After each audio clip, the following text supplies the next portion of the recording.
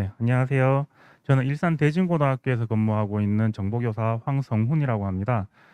제가 이번 시간에 말씀드릴 거는 인공지능 융합교육과정 중심고에 대해서 수업 사례와 운영하고 있는 것에 대해서 말씀을 드리려고 합니다.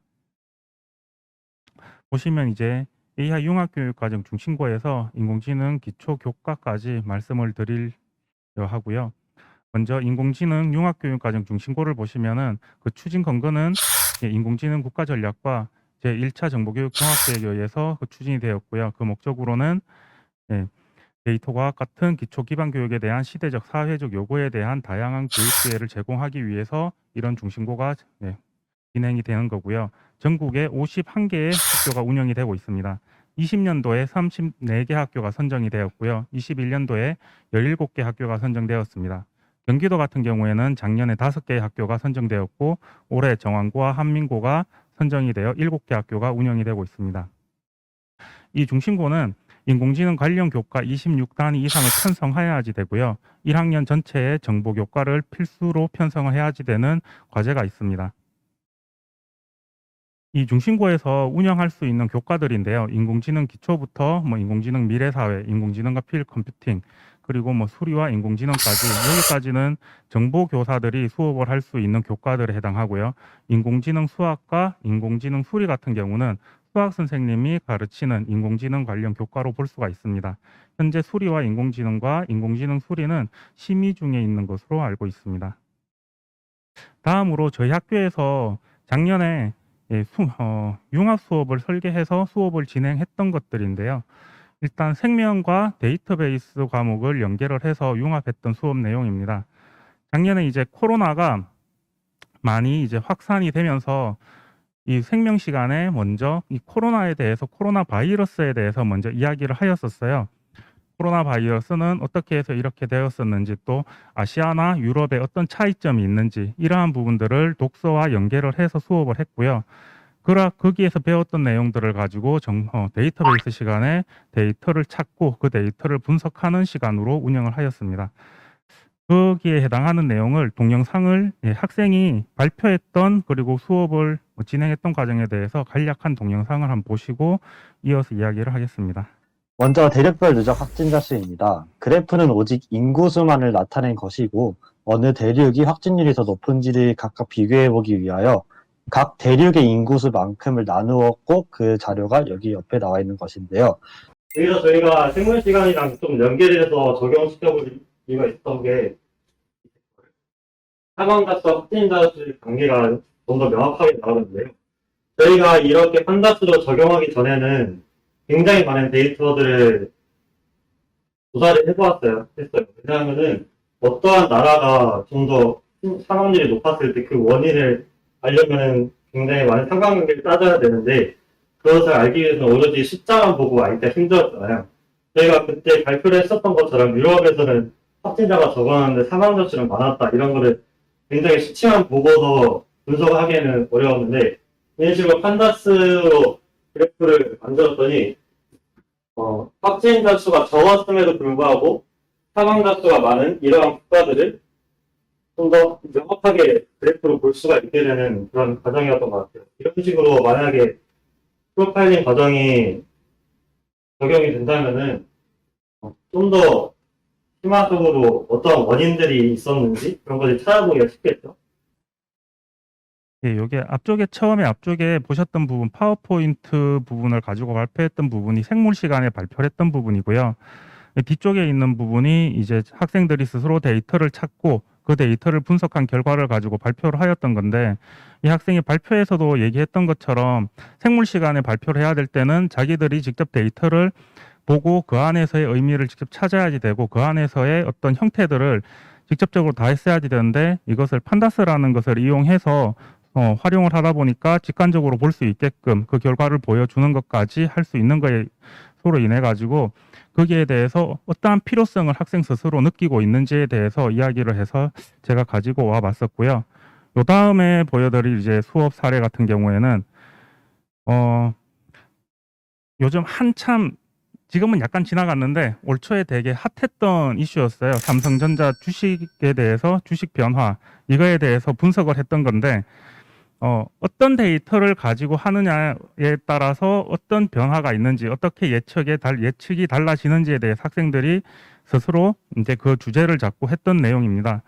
처음에 어떤 하나의 데이터만을 가지고 했을 때, 그 위에서부터 밑으로 순서대로 하나의 데이터만을 찾아서 했을 때, 두 번째는 거기에 다른 또 데이터를 찾아서 추가를 했을 때, 또 마지막에는 또 다른 거를 또 추가를 했을 때, 그러니까 삼성전자의 매출액이라든지 어떤 다양한 이슈들이 있을 때 그런 부분들을 추가했을 때 어떻게 예측이 달라지는지에 대해서 학생들이 직접 프로그래밍을 했던 거고요. 오른쪽에 있는 거는 그렇게 했을 때 예상 순수익을 보여주는 그런 내용입니다. 그 다음에 또 하나는 코로나가 발생을 하면서 아동 학대가 많이 이슈가 되었어요. 그러다 보니까 학생들이 이 아동 학대를 줄일 수 있는 방법이 뭐가 있을까 생각을 하다가 이제 학생들의 표정 변화, 그리고 학생들이 선택을 하는 그 어린아이들이 선택을 하는 색깔, 이런 것들을 선택하는 거에 있어서 이 어린아이가 아동 학대를 당하는지 안 당하는지 이것을 인공지능을 이용해서 해결할 수 있는 그러한 것들을 한 거고요. 하나하나 어떤 색깔을 선택을 했을 때 이것을 어떠한 색깔을 선택을 했을 때 이 아동이 어떠한 상태에 있는지 추측이 가능할 수 있게끔 학습을 시키는 그 결과를 만들어내는 것까지의 과정을 했던 그런 프로젝트 수업이었습니다. 이외에도 다양한 수업이 있었는데 수업 이외에도 학교에서 다양한 활동들을 했습니다. 가장 저희 학교에서 하는 것 중에 하나가 대표적인 게 해커톤이라는 게 있습니다. 해커톤은 1박 2일로 운영을 했고요.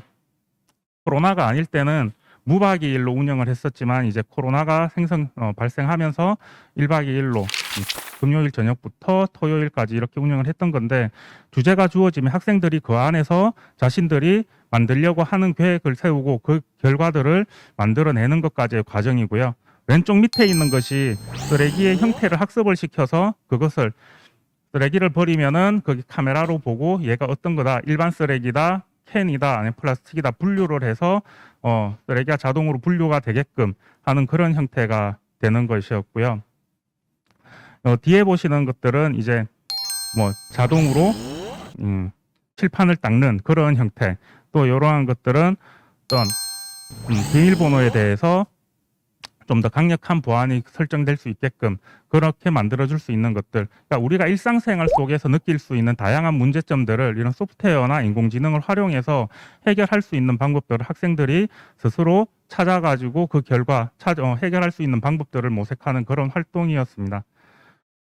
동아리 활동 시간에는 요거는 자율주행 자동차 실습하는 모습들이고요. 또 하나 보여드리고 싶은 게 이제 학생들 작품인데요. 시각장애인이 횡단보도를 건널 때 어떻게 했을 때 안전하게 건널 수 있는지 그러한 것들을 소프트웨어로 다 해결을 했던 모습들이고요. 오른쪽에 있는 것들은 건물에 불이 났을 때 밖에서 있는 소방관들이 건물 어디에 사람이 있는지 바로 찾아갈 수 있게끔, 또 건물 안에 있는 사람은 바닥에 있는 불빛을 통해서 밖으로 대피를 할 수 있게끔 이러한 형태로 만든 그러한 작품입니다. 이러한 것들도 생활 속에서 있는 문제점, 생길 수 있는 것들을 소프트웨어나 인공지능을 이용해서 해결하는 그러한 모습들입니다. 마지막으로 인공지능 기초교과에 대해서 잠시 말씀을 드리자면, 이 인공지능 기초교과는 중학교 정보를 배운 학생이라면 누구나 배울 수 있는, 고등학교 때 배울 수 있는 교과고요. 인공지능 이해나 인공지능의 사회적 영향 같은 부분들은 기본 소양을 배울 수가 있는 부분들이고, 인공지능의 원리와 활용이나 데이터와 기계학습 같은 부분은 실생활 다양한 분야의 문제 해결 능력을 키울 수 있는 그러한 과정으로 할 수 있는 인공지능 기초를 이제 고등학교에서 배울 수 있게끔 준비가 되어 있습니다. 저는 여기까지 마치고요. 다음으로 넘기겠습니다. 이번에는 황성훈 선생님께 질문 드립니다. 일산 대진고등학교는 예전에도 소프트웨어 교육 선도학교를 성공적으로 운영한, 그러니까 교육부 선정 최우수 학교였던 걸로 알고 있는데요. 그때와 지금, 그러니까 소프트웨어 교육 선도학교 할 때랑 AI 융합 중심고 할 때랑 학생들 학부모님 입장에서 무엇이 같고 무엇이 다를까요? 답변 부탁드립니다. 네, 소프트웨어 선도 학교도 운영을 했었고요. 지금 인공지능 융합교육과정 중심고도 운영을 하고 있는데, 선도학교를 운영할 때나 중심고를 운영할 때나 학부모님들이나 학생들의 관심은 선도학교를 할 때도 높았고 중심고를 운영하고 있는 지금도 오히려 더 커지고 더 높아졌다고 보고 있어요. 학생들이 배우고 싶어하는 욕구도 훨씬 더 크고요. 근데 이제 좀 차이점이라고 한다라면 선도학교를 할 때는 조금 더 정말 관심이 있는 아이들 그리고 어느 정도 관심이 있는 아이들, 아예 관심이 없는 아이들 이렇게 좀 구분이 됐다라면 인공지능 같은 경우에는 거의 대부분의 학생들 그리고 대부분의 학부모님들이 되게 많은 관심을 가지고 있어요. 조금 전에 최정은 선생님께서 말씀하신 것처럼 정말 많은 학생들이 이러한 것을 배우고 싶어하고 관심을 가지고 있고요. 그렇기 때문에 많은 과목들을 저희 학교는 일단 개설을 하고 있고 거기에 대해서 학생들도 많이 신청을 하려고 하고 있는데 아쉬운 게 있다라면 이제 이러한 과목들을 학교 특성상 학교에 있는 정보 교사의 숫자라든지 다른 과목과의 시수라든지 이러한 문제 때문에 원하는 학생들을 다 받아줄 수가 없다라는 문제점이 발생도 하고요. 또 1, 2, 3학년 전체에 다 관련 교과들을 구성을 할 수는 있는데 편성을 할 수는 있지만 이러한 과목들을 선택할 수 있는 학생들의 제한을 둘 수 없다라고 하는 게 아쉬움으로 남아가지고 그러한 부분들이 빨리 개선될 수 있는 그러한 환경이 되었으면 하는 바람입니다. 이상입니다. 네, 감사합니다. 학생들, 학부모님들의 인공지능 교육, 즉 정보 교육에 대한 관심이 커지고 특히 컴퓨팅 사고력을 바탕으로 다양한 교과와 융합적으로 문제를 해결하는 그런 능력들, 이런 것들의 중요성이 이전보다 훨씬 커졌다는 말씀을 해주셨는데요. 예, 저도 공감하고 사실 일산 대진고등학교가 제가 근무하고 있는 백신중학교랑 가까이 있는데요. 한번 초대해 주시면 제가 가서 또 보고 배우고 올 수 있는 기회가 될 것 같습니다.